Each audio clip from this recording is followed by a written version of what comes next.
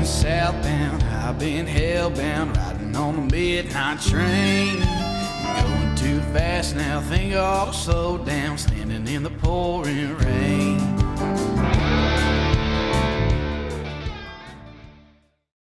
What's going on, guys? Tristan and Tony here with the Zero Duck 30 podcast. Thank you for tuning in to another episode. On today's podcast, we got Dalton Whitley, the owner of Salty Shots Photography. If you guys have been following us in the last year and a half, we've done a lot of projects with Dalton on YouTube, or a lot of the TikToks and reels and stuff we've done has been with Dalton. But man, we wanted to get Dalton on here just to talk some behind the scenes with us and some photography tips for people and all that good stuff. But Dalton, why don't you kind of give some people some background on you and a little bit of a little intro on yourself? Hey, welcome to the show, dude. And thanks for taking the time to come on too. Yeah, thank you. Yeah, guys, thanks for having me. I, only listen every single time that post. As soon as it posts, I'm here.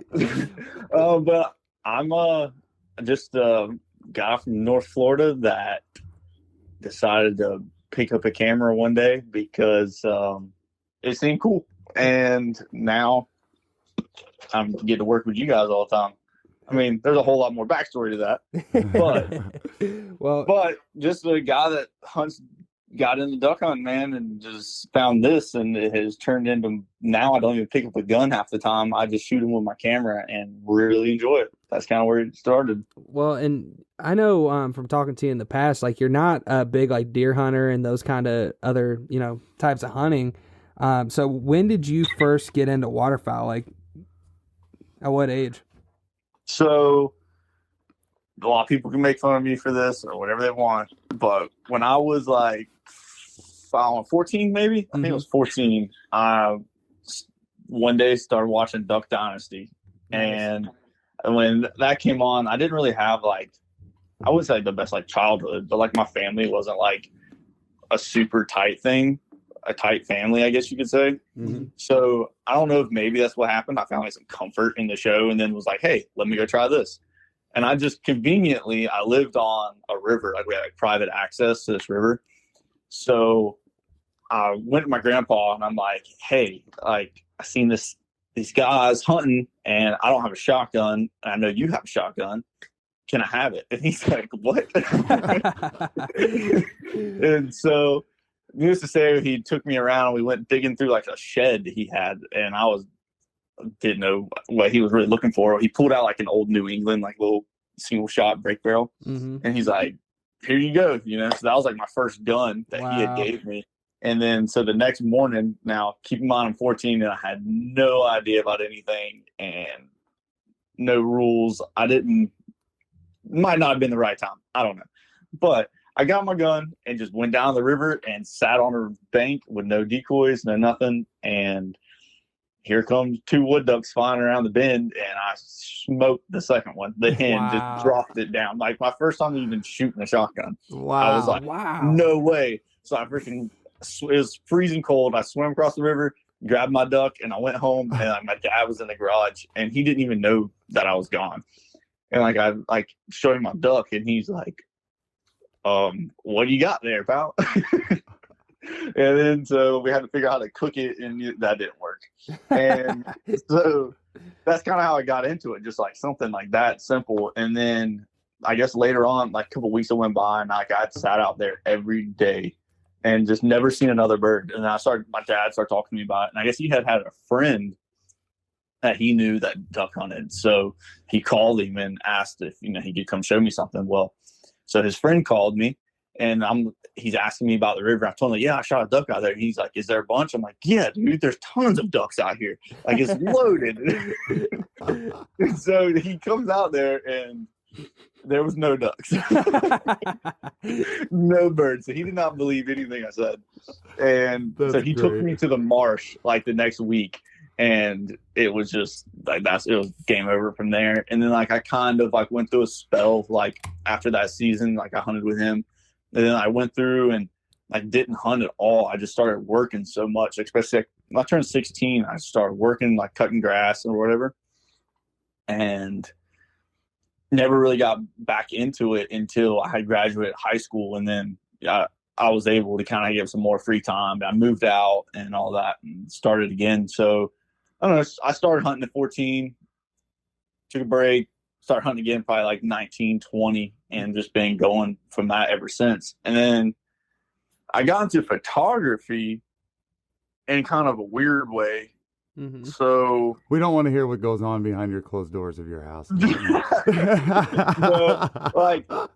So when I was even younger than 14, like me and my buddies were like hanging out, they all deer hunted, and I just never had an interest in it. But because they were my friends, like I had to be involved somehow. Mm-hmm. Mm-hmm. So like we always talked about like filming their hunts or whatever.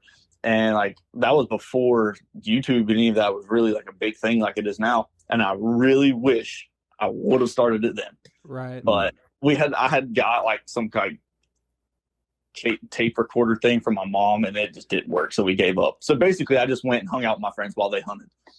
And later on in life, so I don't know, like 2-3 years ago, I think, I'm at my buddy's house hanging out, dude. And he started dating this girl that she was a wedding photographer. Mm-hmm. And I just, asked her some questions or whatever, and never really thought about it. 3 weeks later, back at his house hanging out, some guy shows up from like Wyoming that I didn't even know was my friend's friend. And I guess he does, I'm not sure what he does, but he filmed a show for the Outdoor Channel for somebody on the Outdoor Channel. And I had a few drinks in me, and I was like running my mouth, and I was like, man, if this guy can do it, I can do it. Mm-hmm. Mm-hmm. So my buddy's girlfriend, I asked her, I was like, hey, do you have a camera I can borrow? And she's like, well, yeah, I guess. So I literally picked the camera up that next morning after I ran my mouth enough, and started just taking pictures of like trees and just like anything I could around the yard. And then no one really guided me or helped me. So I just like got on YouTube and like looked a couple things and then just went from there. Like, wow. I mean, I ended up buying that camera from her, and they took like pictures of my wife, which she liked at first. She thought it was cool until I needed to practice with her every single night.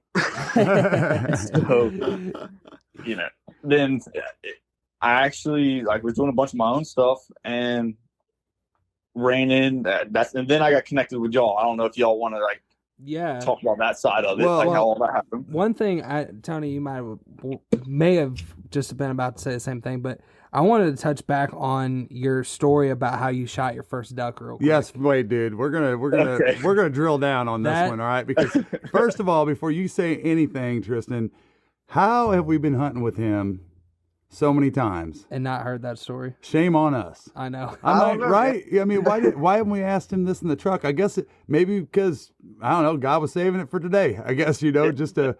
Because we were just, blown. He was looking at me, and I'm looking at him across the table here, and I'm going, dude, this is like what you hear when you're watching, like, Alone. They're like, the individual's PSR is 6.7. Yeah.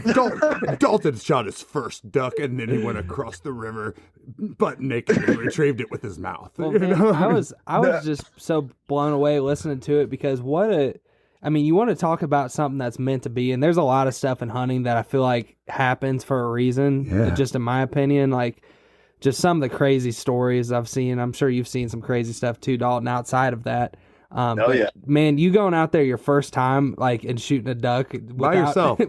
That you can't tell me that ain't meant to be. Yeah. No, that's an incredible story, and I'm happy I just learned about this, because that is just it's inspirational to people out there that you can just get out there yourself. And all you got to do is just get out there, Great. Thank you for sharing that with us, Dalton. Yeah, man. I just sat on the side of the bank, and now that I look back at it, I'm like, dang, that was a good spot. I went to a point, so I knew, in my head, I was thinking I had some bushes blocking me, and I'm like, all right, I know if they come around here, I didn't know if they were going to swim. I didn't know if they were going to fly. I had no idea. I knew that they couldn't see me, and they just buzzed. They were probably 20 feet off the water. They were in the tree lines. So, it worked out. I shot one and ran. I was so excited. I just went home, straight home with it. I would have too, man. That's just awesome. So But I probably could never do that again. Like, I still have that shotgun, and I guarantee you I couldn't hit a single skeet with that thing right now. Yeah. Like, it was all luck. Like that. yep, But it worked out. that's awesome. That's cool, man. And you were getting into how we got connected, and I remember just getting a call from Hunter one day, and I mean, Tony, wouldn't you say it was kind of just like Hunter called us, and he was like, you know, hey, I was out on the river. I forgot what river in South Georgia or whatever, and he's like, and I met this guy that is trying to get into filming waterfowl, and we were like a year into Zero Duck 30, and that's the last I remember. I don't remember if we shot you a message, Dalton, or what. Yeah, no, Yeah, so- Hunter was just telling me, he's like, man, he's a pretty cool dude. I'm telling you, he's a good old boy and all this stuff. He's telling us, and we're like, yeah, dude, because one thing we were kind of looking for is to get somebody to do some filming, but we also think it's so important, and this is a tip to anybody out there, that you have somebody that you mesh with, that you think the same and feel the same, you're as passionate as they are, and that's one thing that we have mutual respect for each other.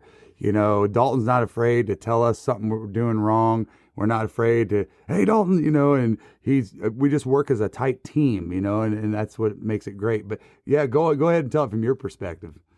So the same river I shot that bird on, it's the St. Mary's River. Okay. And it's like the border of Florida and Georgia on like the northeast side of Florida. Mm-hmm. And there's like a little sandbar that we all go to every weekend and hang out. And Hunter had showed up with some people I've never seen before. And I want to say he was wearing maybe a 0 to 30 hat, or he was wearing something like duck hunting. And then I just went up to him and started talking to him and introduced myself. And that's kind of where that went. And then I think y'all, like, I didn't really expect nothing of it. And then like 2 weeks later, y'all had called me. Mm-hmm. And that's just how it started right there. And then what's funny is, and I can tell you this now, I can be honest with you now because we're so far along, Mm-hmm. I had zero experience of filming anything. No, you were pretty much up front with us. Yeah, I mean, you were. I thought you was pretty honest about it. Like, I had filmed like some things around like my area, like tried to do myself and like stuff like that, but nothing in the works of like what we did with the Arkansas video, like nothing like that. Not in a ghillie suit. And I mean, Dude, in like just the 1 year, I mean, things have just blown up like crazy, like with my knowledge of just learning. And I mean, it really started with that first teal video that we did with you guys that overnight, you can tell, like if you watch the teal video, Mm-hmm. the first part of it, you can see like where I was screwing up. And then the next day, all of a sudden your footage is better. And that's just because y'all went out to go eat dinner, and I went in my truck and watched a million YouTube videos, played with my camera, recorded my truck. Wow.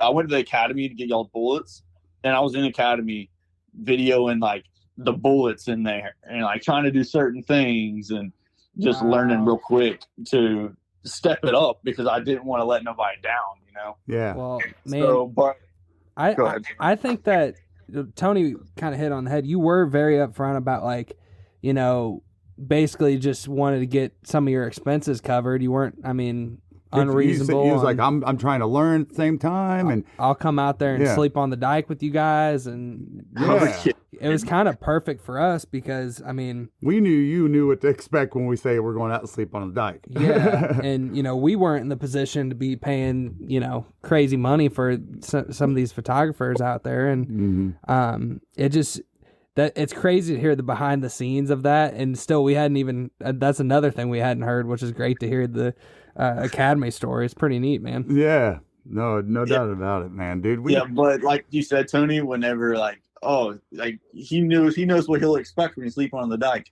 No, I did not know exactly what you're talking about. I show up, I meet you for the first time, and I'm thinking I'm filming you and your son. No, I'm filming you and 16 people that I've never seen before. And I'm like, oh my God. Well, dude. we Like, didn't know that 10 of them were going to be there. That's I a was fact. so like over my head. Like I was like freaking out. I had a headache from the anxiety that I had that whole time. As waterfowlers, we experience all kinds of extreme weather conditions. Stay bone dry and warm with Frog Togs hunting gear. You can check them out at frogtogs.com or at frogtogshunt on Instagram. Dude, you know the anxiety I had leading up to us finding those birds the day before, the weekend before? I mean, I was like, I couldn't sleep because, you know, it was a good investment of money. You know, I've put a lot of money into this. And I'm not saying that to brag or not. I'm just saying it's taken a lot. I'm a hardworking guy, just like anybody else out there, you know? And so I'm sitting there going, dude, it was like a steps of prayers, you know? I was like, prayer 1, find the birds. Yeah. Prayer Right. 2, please let them be there the next weekend. Prayer 3, I hope they're there on opening morning. Prayer 4, you know, it was just a series of them. And I remember us talking that week, like, man, we were just running through scenarios in our head. We're like, because we knew that just the scenario was that it had to have a certain amount of rainwater just to hold any water. And we're like, man, we're watching the weather. We're like, I think they're getting a three quarters of an inch today and maybe an inch Thursday. And we're just sitting there like, man, I hope to God there's water in that spot.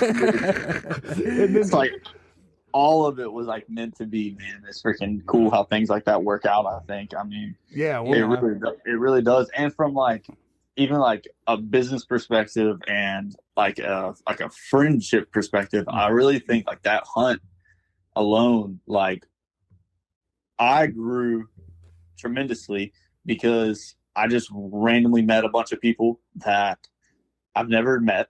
And now I'm filming them and I'm staying in the hotel room with them. Like I was never typically that person. Like I put myself out there. Like all of this has been a huge, like almost self-improvement type deal for me to like, and almost build my confidence just talking to people.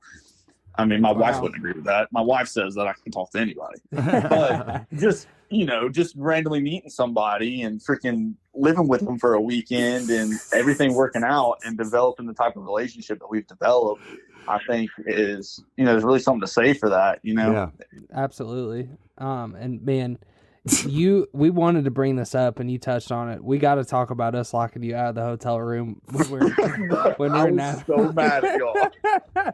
So mad. Oops. Dude, I had that because that's when I was I was over at Academy, and I got food or whatever. Come back, it's like 6 o'clock. It's not even late. Yeah, I go knock on the door, no one answered. I'm like, all right, whatever. I stick my ear to the door and I can hear someone snoring, and I'm like, bro, you gotta be kidding me. So I'm banging on the door, no one answers. So I had to go down to the security and tell them like, hey, like my friends are asleep. And I don't have a card to get in. And they're like, well, what's your friend's name? And I'm like, shit. Oh, like, no. I just met these people. Tony Baloney and Tristan the Piston. Yeah. I was like, crap. I was like, dude, I don't know. Like, Tristan and Tony, that's what, yeah. And then they're like, okay, what room number? And so they escorted me up there, and then y'all wouldn't answer still. The security guy looks at me and is just like, this dude is up to something. Like, this is weird. What's going on? And it was just awkward. And then finally, I think the guy was a doctor, your buddy, Mike. Yep. Mike. Yep. He's the one that opened the door, and he just opens it and turns right around and walks into the room. And the security, I'm like, see, that's my friend. Dr. Mike. Yeah, he didn't think anything of it. He's like, all right, I'm going back to bed. Get your ass out. Security guard just looked at me all weird, and I was like, dude, this is so awkward. I'm gonna have a talk with Mike about that, dude. You could have just let a freaking serial killer in our room. He didn't care. Yeah, right. He's like, come on in. Oh man. Yeah, unfortunately Mike's not going to be out there with us this year. I don't know what he's doing, but man, we always talk about, like the reality of trying to like paint the picture of what we do with duck hunting and stuff. What you were kind of going into some of the behind the scenes of like you to us, you seemed like an absolute professional, knew exactly what you're doing, but you're telling us like, man, I was like really nervous and anxiety and stuff. And why don't you tell us some of the reality of like filming on your side? Like, what are some of the challenges and like just the reality of it? I mean, The pressure to perform, Yeah. or whatever it might be. Well, there's absolutely like I want to do the best I can do. So no matter what, there's pressure. Like if I've known y'all for one day, or if we continue this relationship for 10 years, there's pressure. Like I don't ever want to go out there and you not have usable footage. Like that's my number one thing. So yes, that is definitely one of the struggles. But I think just for anybody getting into it, like minus the finding the client, like that's a whole ballpark on its own. But like you got to think about your cardio. Hey, Dude, you got to true story. running with us on public land, you do. Hey, how do you think this 50-year-old ass feels, dude? Yeah, but like it's so different because like you think like, you know, you go on a hunt with your buddies, like you get in the boat, you're like, okay, I got 800-yard walk and then I can chill and then we're going to shoot birds. Sweet. Not for the video man. The video man he's awake before you most of the time. He has to get everything ready to go on his side. It's charged, it's packed up, it's waterproofed, beating you to the door. And like from the moment you wake up, it's work. It's go time. Like I'm recording you like walking to the truck, walking to the hotel, the gas station. You know, we're getting in the boat, like all of that. It's work. It's not. I have definitely learned it's not for the faint of heart, and for somebody that thinks it's just easy and you can just like, oh, I'm going to hold a camera and walk around. It is absolutely not like that. Like, not only like I'm the struggle of multiple people I'm trying to get in the video. So I'm running, you know, y'all are walking through the marsh to get to point A, point B. I'm going to point A and point B 4 times to make sure I get you, Hunter, you know, whoever's in the group. Right. And not only that, sometimes I have to lend a helping hand. You know, I got to tote some decoys. I got to help this whole process and record at the same time. So there's a lot to that. And then Pulling Hunter out of the mud. yeah, dude. Like, pulling Hunter out of the mud multiple times. Hunter's going to call us in a couple days. He's going to be like, if I hear you guys talk about having me pulled out of the mud one more time, I'm going to drive up to Georgia and smash both of you with one fist smash, dude. Hunter's big enough that he can walk up to both of us really and just go conk and just knock us out. Right. He's going to be out there this year. Yeah, he's going.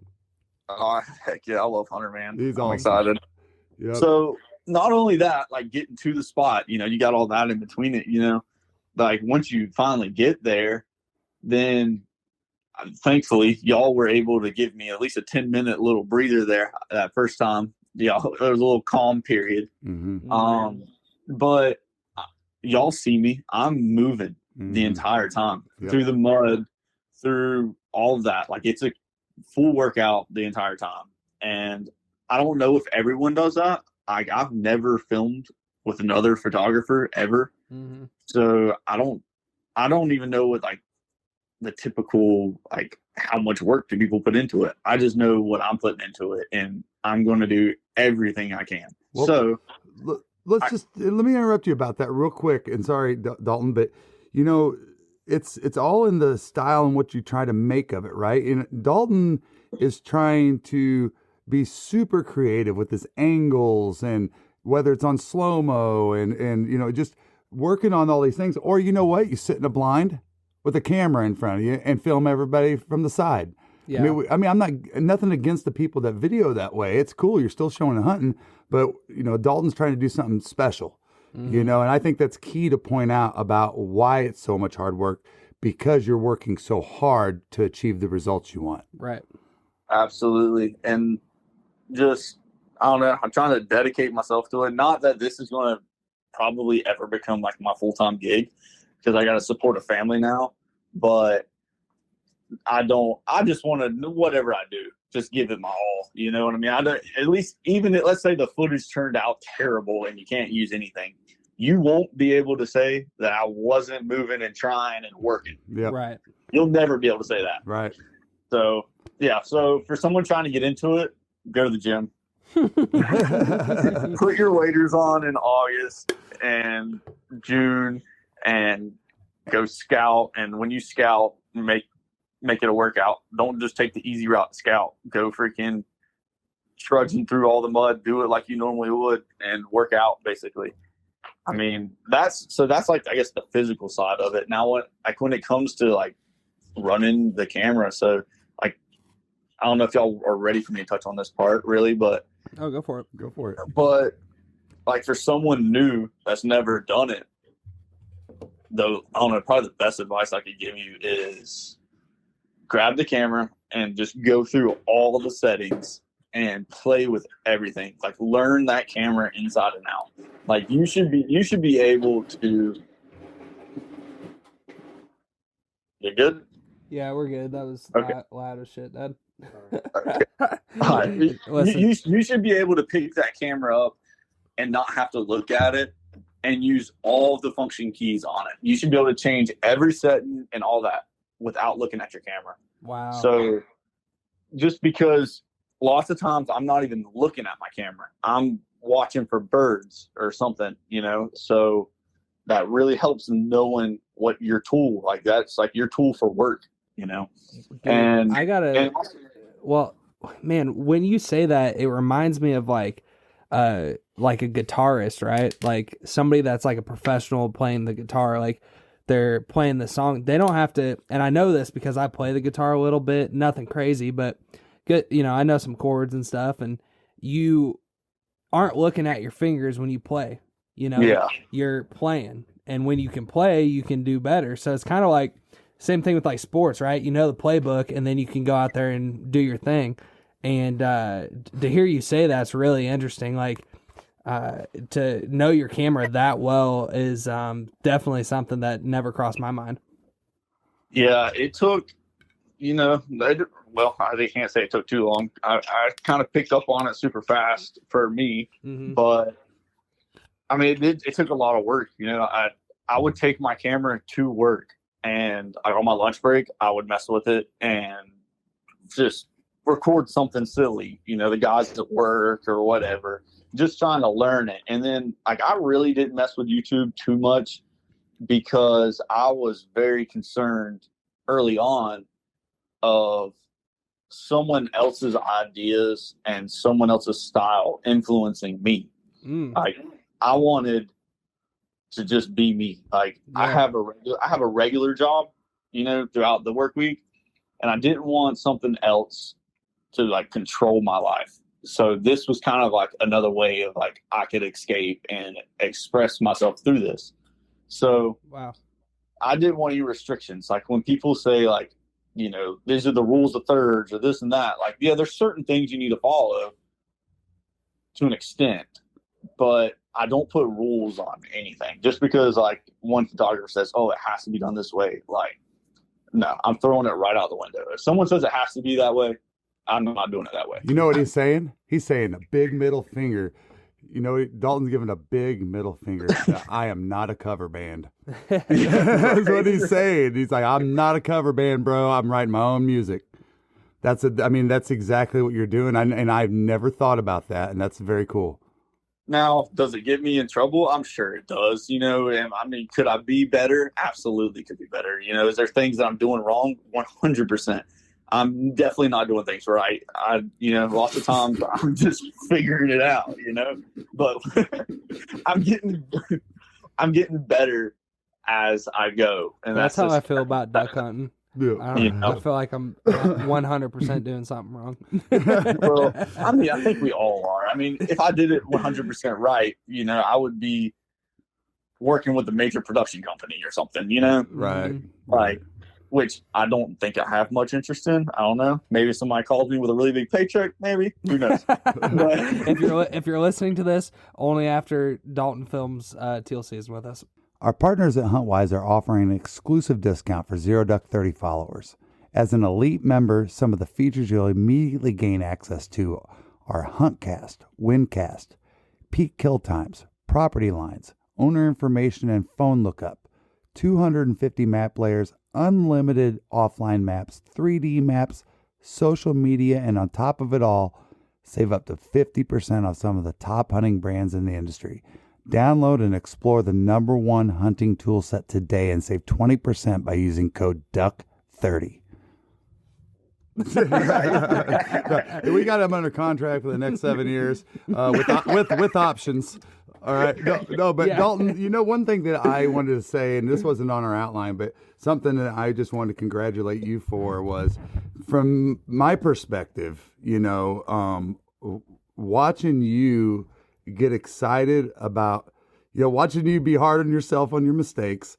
And when I didn't even see the mistake. Honestly, I'm like, gosh, damn, this guy's beating himself up.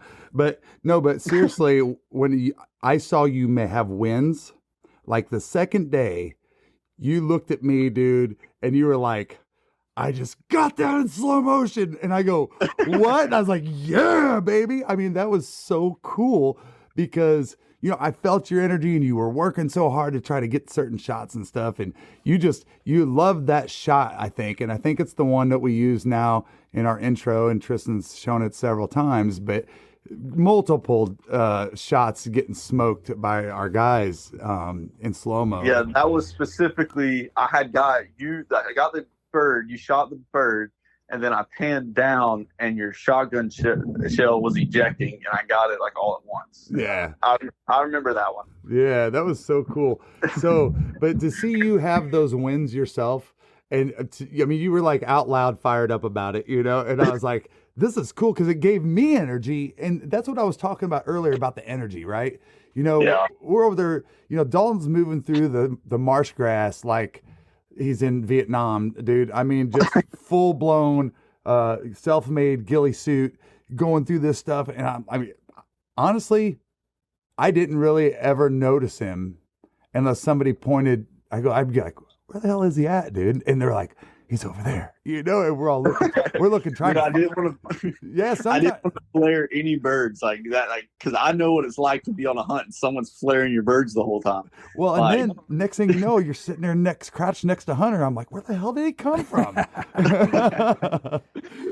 I think that's where the actual hunter part of me came out. Like, I know you got to be hidden, And I think that's important, dude, because before we worked together, so Gavin, my good buddy that does Gavin Powell music and stuff, and he's the intro to our videos and stuff. He was connected with this guy that has filmed several music videos for him on YouTube, and they're really well done. But the guy had reached out to me through Gavin because Gavin knew we were trying to do some YouTube stuff, and we talked or whatever, and it was a decent conversation. But looking back on that, man, to have somebody that, if he would have came out with us and not being a hunter and not being in this like realm of hunting and knowing what to expect somewhat, he would have been like, I'm going home. So I think anybody that's like trying to get into this and like meet people like you, or maybe up and coming guys, it's just like important to have somebody that is, a hunter themselves, I think. You got to mesh. I mean, it's just that important. Mm-hmm. It's no different. If you've been part of a baseball, soccer, volleyball, softball, whatever team, right? I can tell you in most cases, not all cases, but most cases, you were with a core group of people that moved towards that goal, and the team, you worked as a team, and it was just this one energy, exactly. and it just happens, right? Things just start to happen. You don't even think about it, talk about it, anything like that.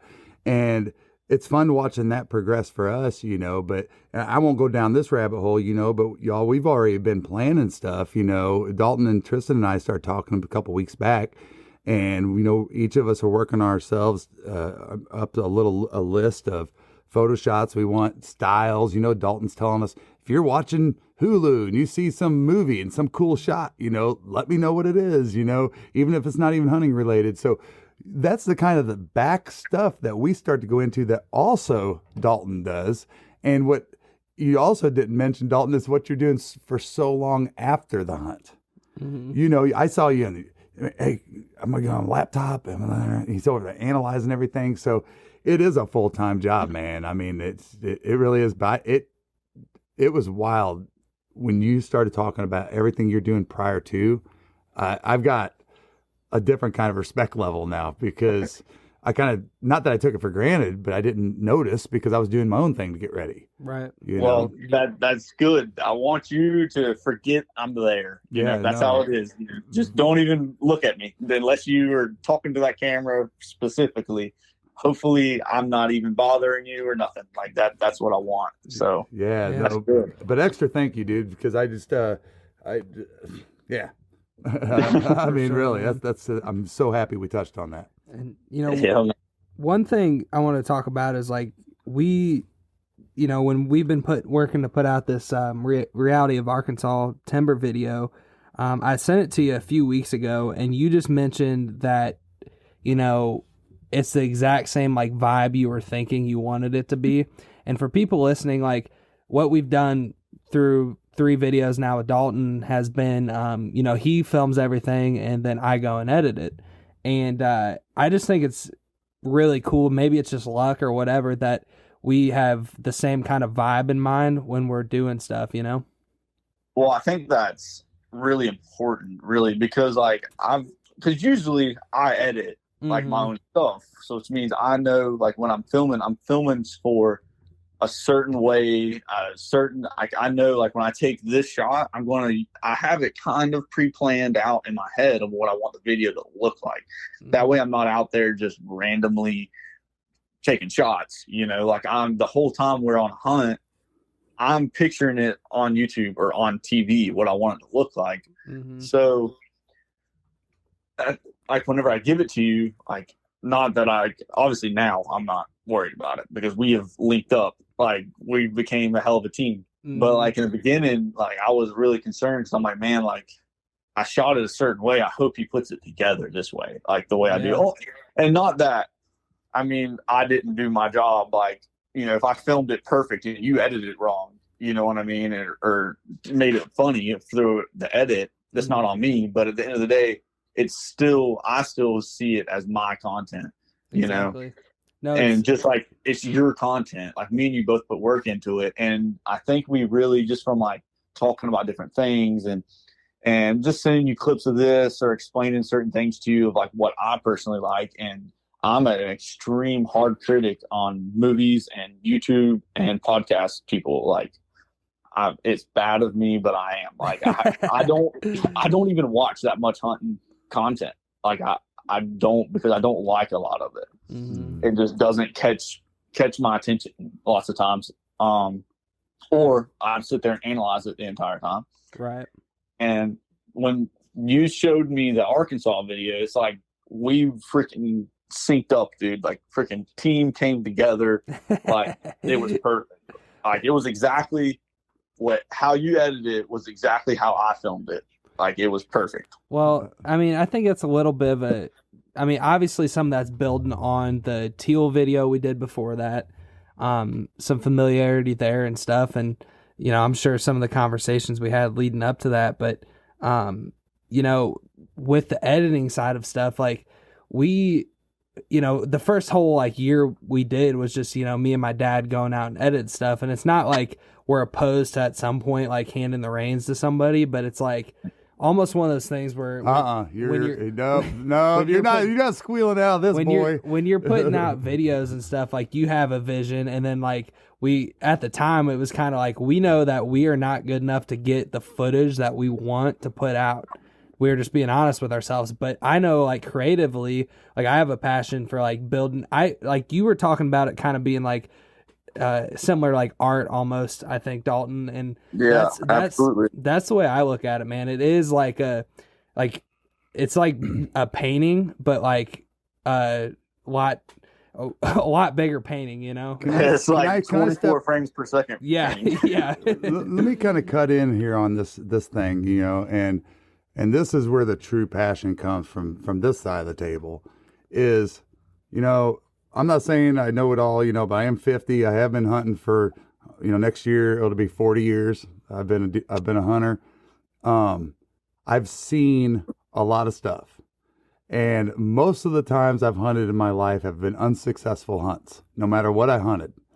But the memories and the story, and Tristan knows it, and all of his friends, and I'm not trying to toot myself on the horn here, but I am some people call me the Mother Goose because I have a story, and they're all true, all right? And that's the thing. It's the craziest shit has happened ever, from my stepdad getting bit in the ass by a beaver. What? Yeah, bro. That'd be a good story to circle back to. To the first time I ever saw somebody with a grunt call right off the shelf at Walmart, to my mom being a record deer hunter, you know, I mean, and being the first man or woman to shoot 3 non-typical bucks that made the record book, to crazy stuff, right? I mean, just think about the things you've seen, Tristan, in the short amount of time you've been hunting. Yeah. So my passion really lies in, you know, our job is to just do what we do. To do what we do, of course, we try harder and even take it up a notch. You know, there's a difference, they say, in you know, working as a professional and being mid-grade. You know, we are taking it up a notch, but it's not only trying to have better success at harvesting animals, but it's just having somebody there to capture what really goes on from the time, like we say, from the first cup of coffee to the duck line, you know, and everything in between. And it's just, you know, Sean Weaver said, it's about telling the story. It is, dude. And that's all I'm trying to do. And as a 50-year-old guy sitting here telling you guys this, is that, you know, when you're 30 years from now, you're going to tell me we got 30 years of today we're celebrating the 30th anniversary of Zero Duck 30 and Salty Shots. Today on the 1,467,000 podcast, you know, Well, I mean, point is you guys will have all those memories recorded forever. Right. And they're not a story that you don't have proof of. I mean, and what's kind of tripped out when you say that is like Dalton, like when, you know, looking back on like, you know, our parents or grandparents or whatever, like they didn't have like that YouTube and all these other different places that store this content and stuff. And it will be really interesting to see, you know, 30 years from now, you know, what we do and like, you know, looking back on this teal video. Who knows? Like, we'll probably look back on this teal video or like this video coming out tonight, the reality of Arkansas timber, and be like, wow, that was like watching black and white in the 40s. no, bro, Right. you'll be able to hunt teal by one of those air scooters with a shotgun. You just be flying through the air chasing them down. Something. So Who knows, man? But anyway, I just wanted to touch on that because that's what Dalton has done so far for us, you guys, is I've never could be happier. Every time that we've been out, every time that we've been with him has been in a totally different type of environment, from the sloshy, unforgettable Georgia mud to the chest high gator infested Florida, you know, in a marsh. And, you know, I mean, hearing Dalton go, bro, I'm very limited of what I can do today, you know, and he's stressing it hard. And I go, man, it's okay. So we just kind of, you know, one thing that Dalton, and you'll see this in the video, one of the things he focused on, I said, dude, just focus on, you know, get some good shots of like the guys, you know, taking shots and stuff, because it was so hard for Dalton. He would have had to stick his body out up in front of us and risk getting shot to take any good footage. Yeah, or flare birds. Or a lot of good footage, I mean. Yeah. But so that's been the cool thing, is that, you know, you've been in all these different environments and then went through the timber, which is just an incredible experience for anybody. I mean, Hunter still talks about it, you know, that game they play out there, you know, and so I think it's awesome. And, you know, it's just been a win-win for both of us. Yeah, I've definitely learned a lot from all of it. And like the timber hunt in Arkansas, like that was way out of anything I've ever done before. Well, I can't, not 100%, but the whole atmosphere of it, the race, like you jump off the boat, have to do a foot race to the hole. Like I've been fortunate and never had to experience a whole bunch of like fighting or having to race to a hole. Like where I hunt is, I'm lucky that it's not so pressured and I don't have to deal with that. But Also, there's not as much birds where I hunt, but I give or take. So I would rather not have to fight with it. Do you want coffee that doesn't suck? Get the Duck. Dirty Duck coffee is made specifically for the waterfowl enthusiast. Enjoy flavors like Morning Wood, Dark Dynasty, Cinnamon Teal Snickerdoodle, and First Flight to unlock the flavor that you'll enjoy in the blind for years to come. Our friends at Dirty Duck Coffee Company are now offering all Zero Duck 30 followers a 15% discount when you use code ZeroDuck15 on your next order. Right. But yeah, dude, I've experienced more things with y'all than already, and just put myself in situations that there was no choice but to just make it work. Like, you just got to figure it out. And Dalton, I'm glad you brought that up because, one thing that has kind of been buzzing me today is, we've been putting out this stuff on several different, platforms and promoting this video. And there's always the guys that hate out-of-staters, Oh, yeah. And so I posted this video earlier, and I actually just, full transparency, turned the comments off because just people, it's the clip of Tony talking about, we wait all year, we're excited to go out there and hunt public land because it's the competition to like get the hole you want, right, against the other duck hunters. And there were some guys hopping on there and be like, oh, that ain't it, bro. And I can understand that perspective if you're hunting a field in Oklahoma and you don't have to, because me personally, the competition kind of wears on me sometimes. I'm kind of like you, Dalton. I'd rather hunt less birds and not have to deal with it. But at the same time, the whole point of the video is to show the reality, and it is a competition out there. And that's why people are drawn to it, I think. I mean, outside the majestic shooting the birds in the trees, like, people enjoy, including my dad, really enjoy that competition of like, hey, gentleman's handshake, best man win, everybody be safe, whoever gets the hole, whatever, which there is some truth to that being really cool. And, we know guys, Dalton, that they love it for the same reasons, and some guys that were hopping on that and were talking negative of it, I just kind of wanted to put that out there.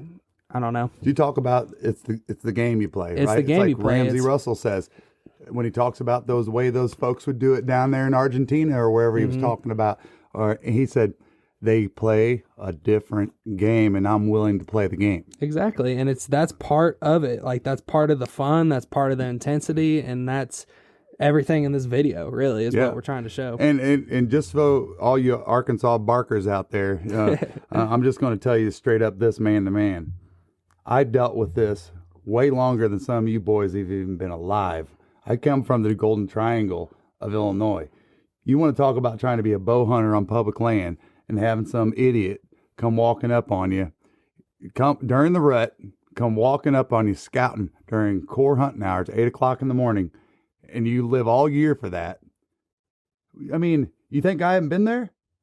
I mean, we grew up, Tristan's grown up with this, so I really don't give a shit how you feel about it because you got the wrong attitude, right? Yeah. The right attitude is that you stop that person and say, hey, you know what you're doing right now? And educate that person. Now, you can't fix stupid. It was that was my motto for 2020. You can't fix stupid. But what you can do is help educate those people. I don't know if it's realistic to say, hey, come stand under my tree while I hunt. No, you go kick rocks. But I just want to make that point clear because I understand what it feels like. But there's a different attitude and approach to take about it, is my point. And it'll go ahead, Dalton. I think lots of times it is like, the competition absolutely is fun. I'm not saying that that's not the fun part of it because I love beating somebody to a hole, but it gets handled to where people get like aggressive type deal, like want to fight over it. That is where I'm like, okay, dude, this is like, I'm over it. Like, I'm not out here. Like, if I got to throw hands, we're going to do it, but I don't want to have to. I'm here for fun. Yes. But like for people new in the sport, in which everyone on Instagram and everyone on TikTok, all they talk about is we need to grow hunters. We need more people to hunt. We need to help conservation, But whenever it comes down to it, I'm out here, I'm 30 minutes early to a spot out in the marsh. You were an hour early to that spot. Cool. Don't be an asshole or something and just try to kick somebody out. Like, exactly. what I do is I have never not offered someone to hunt with me. Right. Like, I recently, like last season, it was a teal season, and I had been scouting the spot forever, and I got there. I was in the spot like 2 hours early just because I was excited. Like, I was probably at the spot at like 3 in the morning. Mm-hmm. And where I'm at, that's okay. Well, someone came up like 2 minutes before shooting light and started yelling at us like, hey, you're in the wrong spot. Like, if you're going to hunt, you need to go somewhere else. I've been hunting this spot for 10 years or something. Like, he was just being like that. And I was like, well, sir, and I was real polite. I'm like, hey man, like, you're more than welcome to come over here with us if you'd like. Cause there were 6 of us and 2 of them. I'm like, you are more than welcome to come with us. And I was like, I've been scouting the spot for a while. I know the birds where they're going to be versus where you're trying to sit. Yeah. And he had a whole attitude about it and sat down. Well, lo and behold, finally a couple good groups come in and we smoke them. And he is close enough to us, like behind us, like he's shooting over our head if birds came to him. Yeah. He had got up and shot one of our cripples. And I was like, thanks, man. And he was like not in the same attitude as I was. Yeah. But that's not how you get new people into our sport. And I mean, people want to talk about like the sales of, the duck stamp. They're up, they're down, whatever. Honestly, I'm confused. I don't even know if we have more hunters or less hunters anymore. You always hear something different. You're going to see Dalton walking up and down the beaches of Jacksonville during the summer with a sign going, "This is my state, not yours. Go the hell home." No, that's the opposite of what No, I'm I'm just kidding. I know. I'm just kidding. No, like dude, so when I started hunting, so when I had graduated or whatever, I got a little older. I ended up getting, let's see, John. I bet I got at least 12 people in that I've never hunted before in the first season. Like, and they're all hooked, and I still hunt with those people to this day. Like, I got them into it. I'm helping that grow because I found a love for it and don't want to lose it. You know what I mean? So best thing I can do, and I'm not worried about the competition so much because people aren't as crazy as me. Like, I used to get to the boat ramp at 1 a.m. in my kayak, or at midnight in my kayak, and kayak 9 miles to beat the boats to the spot. Yeah. Like, so I'm not worried about that. Man, but, and that's one of the things I know, like Dr. Duck on their podcast, and I know you listen to that, Dalton, they kind of have some of the same concerns about Arkansas, a place like Arkansas, that you put these limits on when people can go. And, why I get why they're doing that. But at the same time, we're in the same boat as you.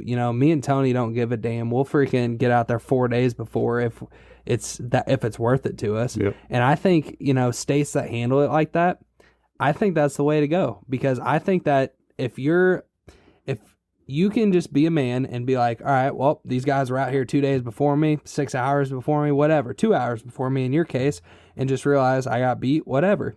I think that is less confrontation versus like somebody getting to the hole 10 seconds before you.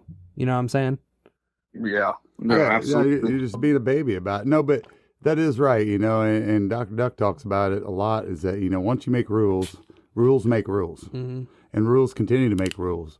And once you start going down that rules road, it's not a pretty path, So, Dalton, one of the things I wanted to make sure I asked you today is, what if somebody's completely new, right? They say, man, I want to do this. I'm excited about it. You don't have to name brands or anything like that. I don't want to go that deep down the rabbit hole, but they got their camera, whatever it is, their Canon, Minolta, whatever it is. What are some like basic settings that if you were just saying, here's a good baseline, like to set your aperture and your ISO and all these different things, what would you say real quickly, like for an outdoor setting to film waterfowl? Is there a baseline that you can give some tips or some settings to people? Not exactly, because I guess if you turn your camera to auto, yep, and you just ran it like that, you could just let the camera run the settings and do your thing. I personally never once have I ran my camera on auto, just because I wanted to know my camera, and I wanted to make it do what I wanted it to do. So, I mean, I guess the setting tip you could say is get your camera, learn it, play with the exposure, play with, go learn all these terms, ISO, all that, learn the terms, find out how to make your camera do it, put your camera in manual and figure it out. Because nothing against anybody that does auto, but I feel like being able to adjust all the settings on your own manually, also that's you adding your style, like somewhat of a style. Like you have to get it to a certain point of you want, good exposure so you can see quality video. But whenever you go through the editing process, sometimes I get shots, I make them a little darker, or I want like the background to be blurrier than this, or stuff like that. Like, so that just comes back to learning your equipment, really. I mean, I wouldn't say that you could sit there and only shoot f.12 or only shoot your exposure 2 notches over or something, you know what I mean? Like, because it constantly changes. So, I mean, as the sun comes up and the sun goes down, like you're basically using your camera to manipulate the light and make it look how you want it to look. So I'm constantly changing all of my settings the whole time. The only like main settings I would say that you would need to like keep about the same is like I shoot, I guess industry standard. So like in Hollywood movies, all that is shot typically at 24 frames per second. And that is what gets like, like blurred motion. Like, so you move your hand, like what your eyes see, what you used to see. That's like the closest representation you can get. And what 24 frames per second is basically is 24 pictures per second, pretty much is what that is. And I would just shoot like that, and you can get to 30 frames per second, and you can change like depending on what you want, what kind of camera you got. You can shoot 4K, you can shoot 1080p. Like, there's a lot of research that kind of goes into some of that, like just your startup.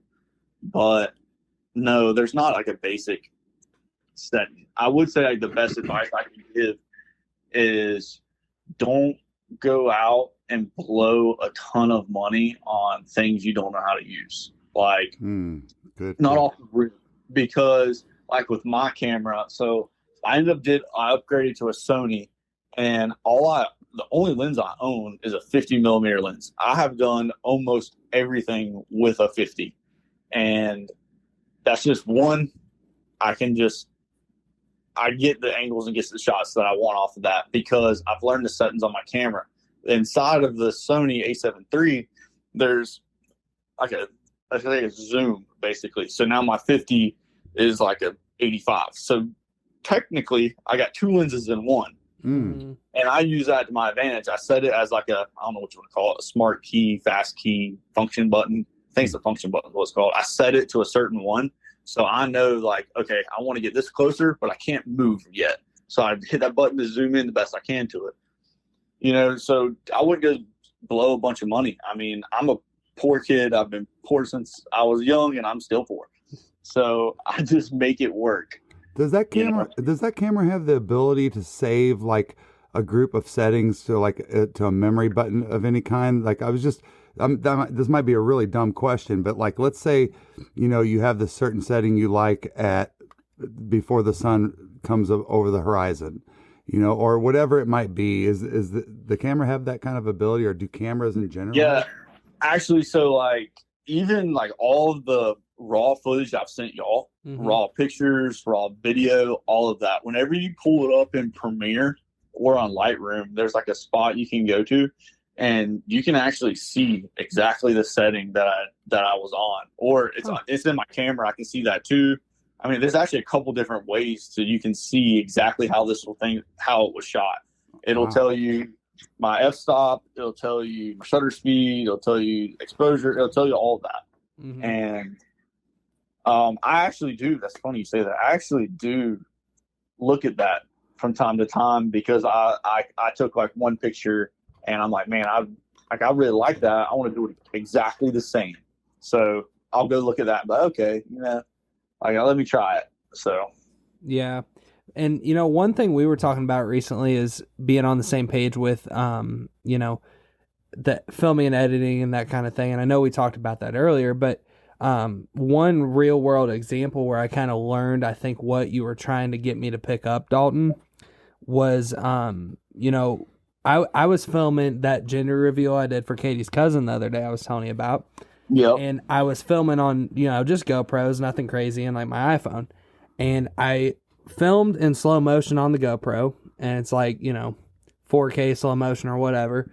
And I do it, and it shows in slow motion on the GoPro, and then I get to my, in Adobe Premiere, and I'm watching it, and it's full speed. And I'm like, what in the hell is going on? And then I realized that's like I realized in my head the connection between frames per second, like the higher frames per second is going to make it look slow-mo, correct? Yeah, so like when you get to like 120. 120. Yes. Yeah. So that's what I realized. So I was like, oh shit. So if I slow this down, there's my slow motion.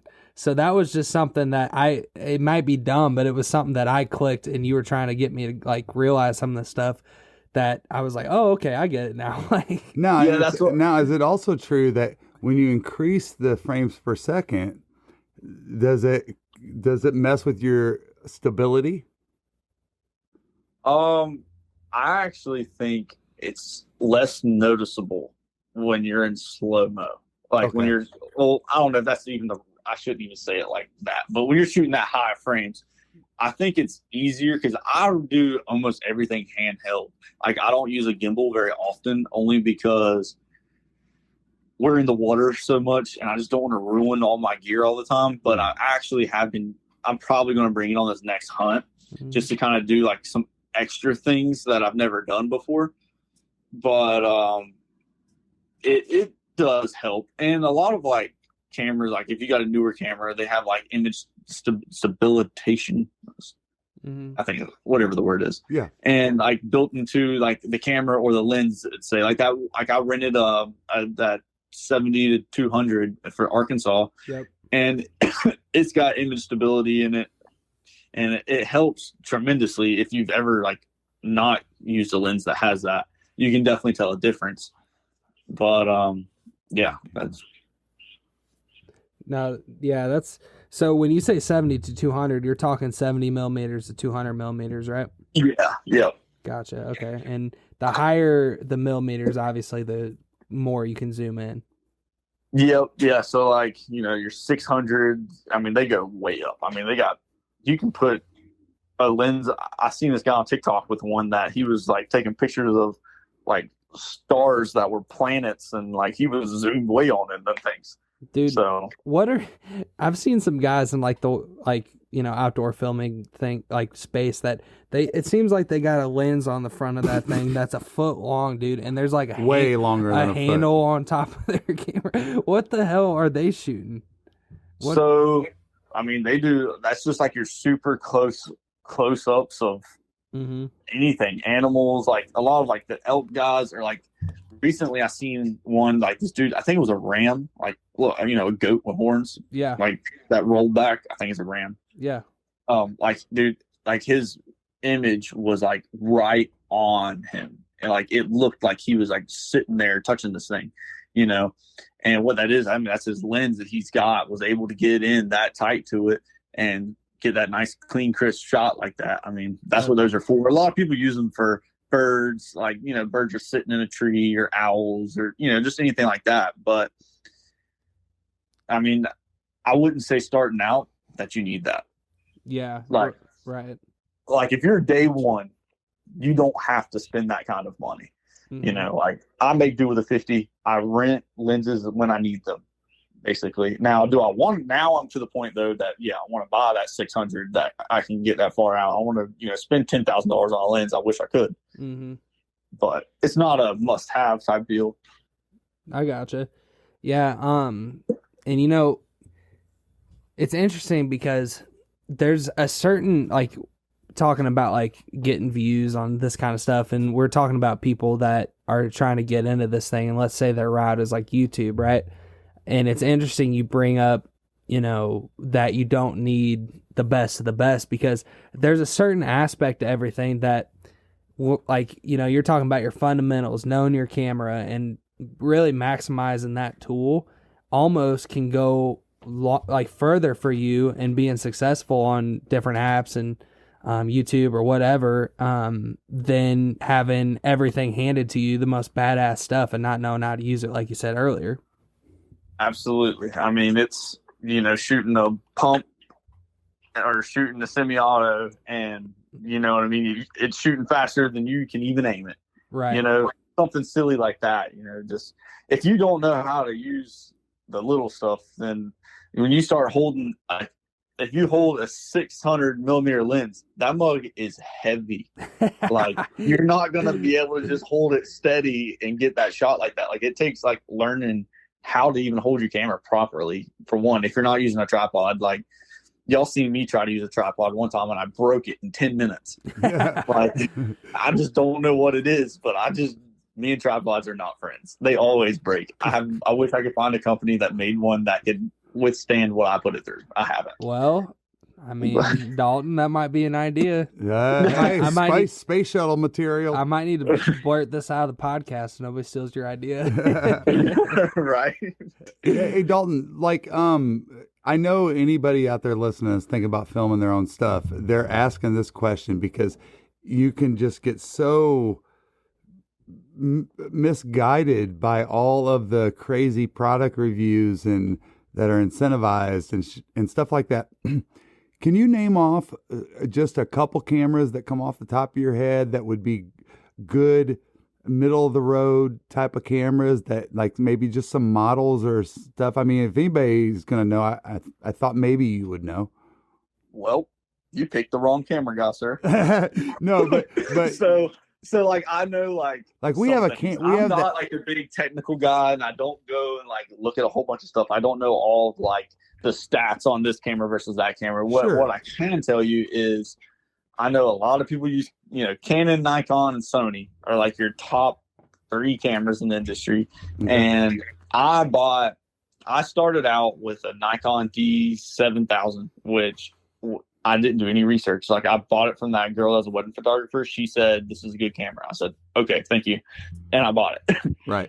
But now I've learned that, like, when I bought my Sony, the reason why I bought it was because of like, was the best reviews for low light shooting. And I knew that hunting, that's what I'm gonna be doing. So that was a no brainer. But like, you really want like versus a crop sensor or a full frame camera, like those I think are the 2 biggest.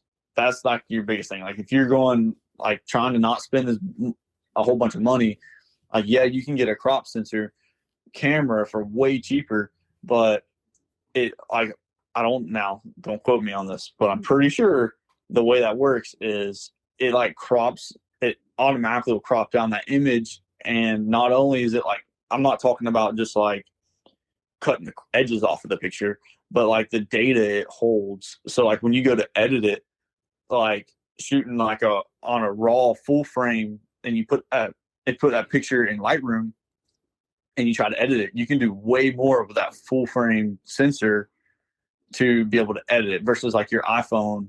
Like, when you put that picture on Lightroom, you aren't able to manipulate it as much. Okay. See, that's like the biggest thing, is getting like a crop sensor or a full frame sensor camera. Very cool, because I tell you what, I've really tried to research a lot of this stuff myself, because we have a Canon 60D, and I just tried to learn this stuff myself, and I found myself getting very frustrated trying to find the right video for me, and I've never heard anybody talk about that, so that's cool. Well, and Dalton, tell me if I'm wrong, but like the way we understand a DSLR, which I know that's probably not what you're shooting, because I know a lot of the newer cameras are getting away from DSLR. They're dependent on light to get the picture, and in low light conditions, they're not a camera that like can get that picture as clear. Is that accurate or no? Yeah, so what like a DSLR does is when the light comes in, it reflects off of a mirror to another mirror, and that's kind of how like the light comes and gets manipulated, and it's I guess because it's moving more to those mirrors and all that, it takes that more light for that to work. I'm assuming. Yes, I can't get too technical with it. I don't know all that crazy stuff, but I do know that like with a mirrorless, the way that light is just straight to the sensor in there. So like I don't know if you've ever looked through like a scope that like I don't know like a night vision scope or a thermal scope. You're basically looking at a digital screen. So you're looking at the TV version of that in your scope. It's just like that on my camera. So like when I look through the viewfinder, the little eye hole at the top, it looks like I'm looking at a computer screen. Like it looks different through that. And I'm pretty sure that is like how that works. I'm the worst for the technical stuff, I'll be honest. Like, well, I gotta tell you, you know way the hell more than this guy does. And yeah. So I've already been super educated just through this podcast, man, of how much you know and you've learned over the last couple of years. I mean, I know we didn't say anything about getting off on this tangent, but you guys, you know, Dalton just posted a lot of pictures and stuff from this rodeo. Yeah. And I gotta tell you, dude, I gotta tell you, man, some of those pictures were, dude, like frame worthy for real. I mean, I'm looking at this picture of bear, and I've looked at it 10 times tonight, and I'm thinking I'm framing that and sending that to Davey. That's Davey's dog, by the way. I don't want to misrepresent, but you, dude, some of those shots at that rodeo, I mean, I was like, wow, that's like incredibly professional, great photos. Yeah, you need to keep on that, man. Yeah. I'll actually be back there tomorrow night. So Friday, I'll be back. I had a few people message me about it and was like, hey, are you coming back? And I was like, I don't know. Like, because there's a couple people there that they're the ones that usually do a lot of the pictures. And what they do is they take pictures of everybody riding, and then like I guess the next day, or they have like a website they use, and they will sell those pictures to the people. And I kind of just been using it for practice. So that's like kind of like one of the new things that I'm doing is just trying to get a little bit different exposure, not just hunting. That way I can kind of touch around and play with things and not be money behind it and no pressure. I can just get out there and keep playing and do some like, you know, creative stuff to try to grow. That way I can be better on the hunting side. But yeah, so like I put a poll up on my Facebook or my Instagram the other day. I was like, you know, should I go back to the rodeo? And I actually had a bunch of people that were like, yes, please, like, please come back. So it was sick, man. Yeah, super sick. So I'm probably going to do that. And I also I reached out the other day to the local like football team for one of the schools. Oh, cool. And so I'm going to go like out there and make some videos of the kids playing. I think the middle school is who I had talked to. I just happened to kind of know one of the coaches that he actually duck hunts. I've never met him in person, but just through Facebook and different things, I knew that he hunted, and we actually hunt in the same area, and I've never ran into each other. So I reached out to him and was like, hey man, I don't know if y'all be interested, but I just need some practice and would like to do this. And he was, dude, super excited. So I'm going to start doing a little bit different stuff, mainly because, so I tried to like dabble into like, you know, in the off season, like some like family photography and different things like that. Like I did a wedding, and dude, that's just not me, man. It's just not up my alley. I really like, I like doing like boudoir and stuff like that. Me and my wife do it together, and we have like a really good time doing it. Like me and her, like we work together good. Like she helps pose people, and I get the shot basically because I suck at posing people. So that's the good thing about hunting. I don't have to pose any of y'all. But y'all just do your thing, and I'll do the work. I don't know. Me and Tony might have to give us a couple directions every once in a while. Oh yeah, a little, just a little. Hey, there's two things I want to get into before we wrap it up today, and one of them is you know, I talked a lot about the synergy you got to have with everybody and stuff, and you know, I don't know who I heard talk about this, it might have even been the guys at Dirty Duck, but it was no surprise to me that like Dirty Duck has had the success they've had with the passionate people they have working as a team over there. All right. So, and I talked about in business, you know, in my personal life, that it's never been a surprise to me, you know, where somebody makes it big, everybody's like, how did they do it? Right. Dude, it's the people. All right. It's the people. Now, everybody gets lucky with a great idea. Okay. I'm not bypassing that. But, you know, you are going to continue to do some really great things, Dalton, if you just keep doing what you're doing. I mean, it's so cool that to watch you progress as a friend. Yeah. You know, and see your passion for it and stuff. It's just going to continue to grow. It's going to continue to grow. Exactly. And man, I'm as confident in anything you do as any other photographer out there, or any team member that we got. Yeah. He's part of our. I'm just talking about. I really do. You know, that means a lot, man. I appreciate it. Seeing anything out there in the waterfowl space. This is your gift. It is his gift, and like anything I see in the waterfowl space, there's nothing that I see that's like Dalton couldn't do that, and I really mean that because it's not. I've never thought in my mind like Dalton couldn't do that. Like you have blown us away. Well, that might be a little far reach, but we're getting you've blown us away though. Yeah, dude, you have, and you've always been so humble about it, you know. But when we have told you, you know, after a hunt or something like that, man, we really appreciate. I don't think you really, because you're so humble, really understand how much we appreciate it. So no, but you just keep doing what you're doing, dude. Whether, you know, it's just like you guys have that energy, you know, like Tristan told me the other day, he's like, man, I wish I would have realized that I was this good at editing before I started working for you. Basically, right? In so many words, that's what he's told me. And of course, I wish the same thing, you know, but it's cool that I get to watch him do this and be passionate about it and have the same standards and level that you do. And you guys work really close to, you're the same age and that kind of thing. And it works out great. But Dalton, why don't you tell everybody from your perspective what it was like in this video that they didn't know whenever you were recording me, opening up, talking to Davey on the phone, and I was so amped up on 5 hours and coffee that I smoked probably 70 packs of cigarettes. Dude, I don't want to relive that truck ride. I could not breathe. Like the windows were down and I couldn't breathe. Like I felt for you. I knew you were stressing because like I dip. I get the nicotine thing. But homie, you gotta take a break. Dude, but this is what I love about it. He's told me basically in so many words, dude, I can't take it. Yeah. You know, and then one time I was talking with my hands and he was just like, don't do that anymore. And I love, and that's where I was going with this to wrap it up. I love that he can say that to me and I don't get offended by it, you know, or if we say something to him, you know, he doesn't get offended by it. We can critique each other without getting feelings involved. Absolutely. You know, and we're both trying to grow at this. Most 50-year-old man that had a 20-something-year-old guy told him, hey, quit doing that, dumbass. All right? I'm going to tell you. Like but most 50-year-old guys will be like, I will beat your ass. You know what I mean? But no, honestly, when he told me that, as soon as he told me that, I was like, dude, I mean, he's completely right. Quit doing that, you know? And I'm sitting here saying this, moving my hand. Yeah.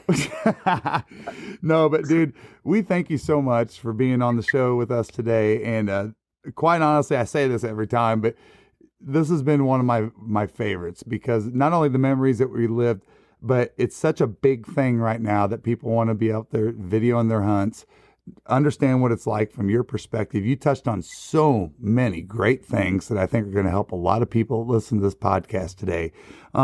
Where can everybody... Well, real quick, one thing I wanted to say is, you know, getting into all the weeds of all this, Dalton, has been really fun for us because, you know, so many times when we're having people on the podcast, you know, it's people that we've never met before. There you go. And this is a opportunity for us to have somebody on the podcast that we're pretty close with. Like we talk every 2 or 3 days, you know, for the last year and a half, 2 years. So it's like, to have somebody like that on the podcast and be able to talk about some real world like stuff that we've experienced together has been fun. I just wanted to add that. Absolutely. Yeah, dude. The only thing else I'd add is like I kind of wanted to put it out there. This is so everybody kind of knows for the future some like long-term goals. Mm-hmm. I'm actually considering I'm probably going to change my name at before next hunting season. Really? You're not going to be named Dalton anymore? No. He's like, my name is going to be Sharif. Yeah. No, I don't know. So I think when I started this and I came up with a name, Salty Shots, which there's a whole another story behind that. It was different. And now like where I've grown, where I feel like I'm kind of taking this has outgrown that. Mm-hmm. And I think it's not like a whole rebranding type deal, but just change the name and kind of change some logo and do some new things. So maybe, it's not going to be Salty Shots forever. It's going to definitely change probably next year before the hunting season. So that's one of the new like kind of things going to be coming up. Okay. And I also got a baby girl on the way. So, y'all wish me luck with that. Yeah, man. I wish you and Paige the best on that, man. You're going to be a great daddy, Dalton. I already know it, man. I'm going to put a camera in her hand because if anyone's listening and they want to learn, I need a second shooter really bad. So, well, I'm willing to teach you. But I tell you what's going to be cool is I'm sure this is already on your radar is when you can start taking her out in the marsh, Dude. Take her out to that spot, dude, and if she smokes a duck from that spot, I would like fence it off and call it Whitley Point or something. No kidding. And then everybody takes generationally, you just keep taking Whitleys there. Absolutely, yeah. But no, she's definitely going to be on the boat as soon as next summer. She'll be on the boat in the summertime. Absolutely. But she's going to have a camera in her hand as soon as she can walk, hopefully. I'm going to put her to work. I seen on TikTok that you can pay your kids like $12,000 a year and file it on your taxes. So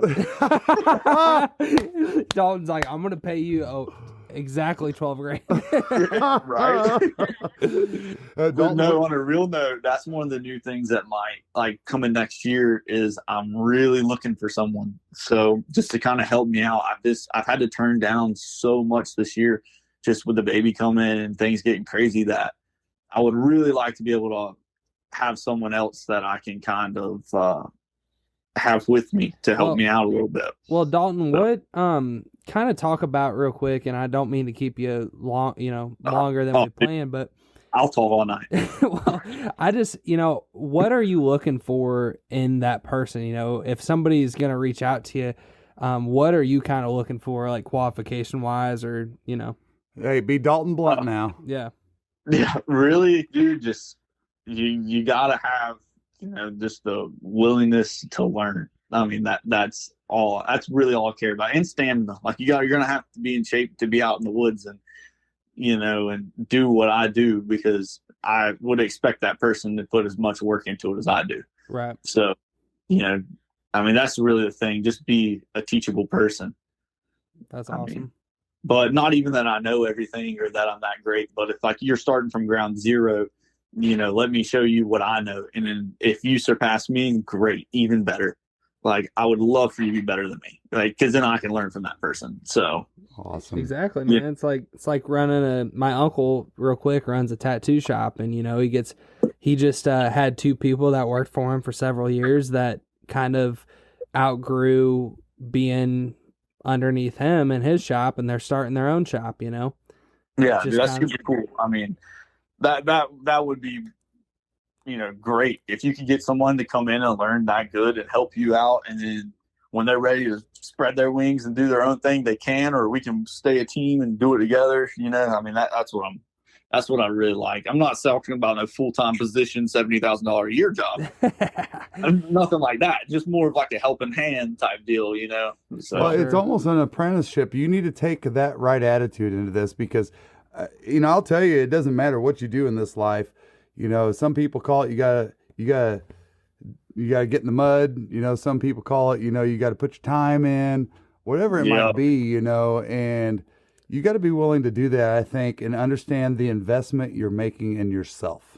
Absolutely. Millions of people make investments of thousands and tens of thousands of dollars to go to college every year. And, only 30% of the population out there is getting a job in their field. So you got to be understanding to say that, hey, every time I go out, and let's say I go out with Dalton and I'm out there and I'm learning, it's no different than what Dalton has done with us over the last year, and he'll continue doing that till the day he dies. I bet it's just continue trying to improve, and you got to be willing to do that and understand that you're making an investment in yourself. That's the only thing I want to touch on as far as that. Absolutely. Well, before you end it, I have one question for y'all, and I know you've been waiting on it. All right, so I told him last night. I said, dude, if you say anything that makes us look bad, I'm going to stomp you in the mud. It's not. It's something that I enjoy that you don't have, and I need you to buy it. Oh, all right. Well, I can't afford a brand new jet ski or anything like that. Well, when is Zero Duck 30 getting a dog? All right, I got a report. Yeah, this is it, Tony. All right, so there's a backstory to this, and you guys, this is just my respect out of what I committed to with animals. So I had 2 dogs when I got into hunting. One was duck hunting, and one was a puppy, Rot, and one was already 6-7-year-old pug, which is my daughter's dog. They're family dogs. I got into duck hunting. I don't have room for more. I feel like it's disrespectful to the animal if you have so many animals that you can't give them the love that they need. And I'm not I gotta take care of my dog, and we go walking to the dog park and we go have play dates with dogs and stuff. I'm not that person, all right? I'm just saying it's not fair for me to get another dog at that point in my mind. Yeah. So Lucy, our dog, it was our family dog. We had to put her down. She was 14. Yeah. And Oakley, my 130-pound Rot, he's just a big old bear. He is suffering from hip issues, and he's kind of, I don't know. I mean, I hope the best, but it doesn't look that great. And we just put Lucy down less than 2 months ago. So I need to move past those dogs. And so I look to get, I've been eyeballing what I want, and I've finalized it. I'm definitely getting a Chessador. And I love all you lab purists that are going to be after me, man. This is going to be great. But lab purist, I created that word. No, but it's just what I want in an animal, what I'm looking for. So I'm thinking, I don't want to put a burial on Oakley yet, but that's my next move. Well, sorry to bring up a sore subject. No, it's not sore at all. It's exciting for me. I just want to give those dogs the life they deserve and just be there for them, and then I'll move on. And I'll tell you my thing, Dalton, is so Katie. Oh no, you don't have a thing. What do you mean? I was about to hammer you, pal. Katie needs a companion dog when you're not home. You're at work. Katie, are you listening to this? Katie. So you need a dog. All right. So listen. Here's the deal. She is allergic to everything, so that limits me. I can't do a lab or, some of these other dogs. But, Labradoodle. And one dog, that's a dog that's in the running for sure because they're just great family dogs, but, there's deep history in hunting from both sides. But that's definitely up there in the consideration. But the one that my heart really wants is I want a Boykin Spaniel, and they're not hypo, but they are 35 pounds and they're not bad allergy dogs. So I'm really pressuring Katie to let me get a Boykin. But the thing is like, honestly, we just got to get through this wedding and like some of these bills we got, and then maybe we can talk about buying a $2,000 dog. Yeah, maybe. I'm not buying a $2,000 dog either. Yeah. So, but I do want one at some point. Man, that was a good question, Dalton. Thank you for keeping me on my heels for the last 12 hours. Because I was like, man, we've got a saying, and I don't care where you're from, everybody's got this saying. What happens here stays here, right? Not that we do anything we shouldn't do. It's just, I don't know. It's just that rule. Tony got nervous. Yeah, dude. And I was like, man, If you really my want the memory behind the sucks, scenes- dude. Listen, my memory sucks, Dalton. And I'm like, he's going to ask me something that I don't even remember about, and because I was on 2 hours sleep, one-eyed flight from Georgia to Arkansas. I don't know. It's all right. If y'all really want the behind the scenes stories, Zero Duck 30, just message me on Instagram. Why don't they just come hunt with us? Then they'll really get it. Yep, Right? Yep. Exactly. So, man, we're excited about our upcoming project with you. We're just kind of doing it one at a time out of respect for Dalton and his new to be family, and Dalton's teaming up with us for teal season, and we'll be hunting on public land. I just got my permit approved by the Georgia GNR for that. Make sure that's something you check into, you guys. Does that state have a permit needed? Now, keep in mind, if you're planning on getting monetized off of YouTube, even if it's 10 years from now, you still have to have that commercial permit. It's a simple process, and thank you, David, the regional director that helped me with that. Very helpful. The Georgia DNR is very grateful. We're just going to give them some kudos at the end of the video. Very cool stuff. But make sure you guys check into that.